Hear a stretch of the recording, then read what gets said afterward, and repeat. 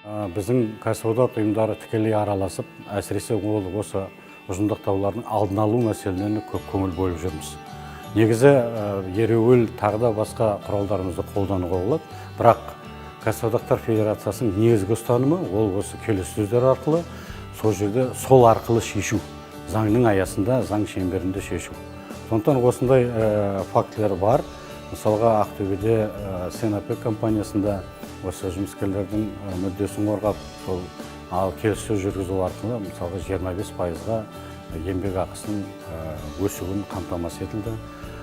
Тағы да басқа алатын болсақ, Oil Service компаниясы бар Маңғыстау облысында. Мынау тағы да Машкомплект деген Ақтөбе облысында.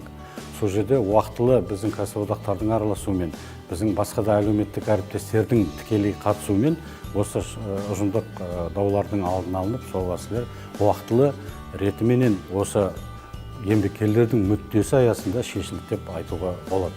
Сонымен қатар бізде жеке еңбек даулары бар. Ол жерде жаңа кейбір жұмыс берушілер мынау заңды белінен басып, еңбеккерлерді заңсыз жұмыстан шығару фактілері кездесіп тұрады. Ол үшін енді бізде еңбек кодексінде тікелей жазылған, соттың алдында осы мәселелерді реттейтін ол келісім комиссиясы.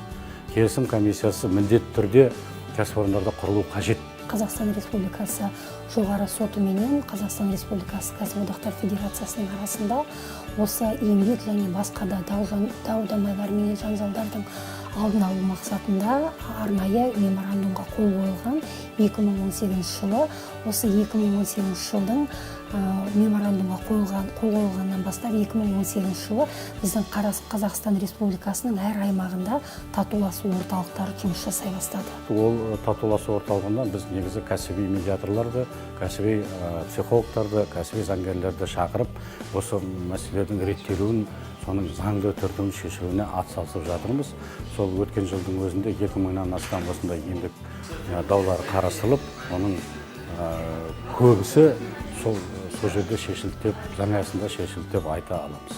Ол медиаторлардың басты мақсаты, олар медиатор екі тарапқа да бірдей оңтайлы шешім келтіруге көмек беру.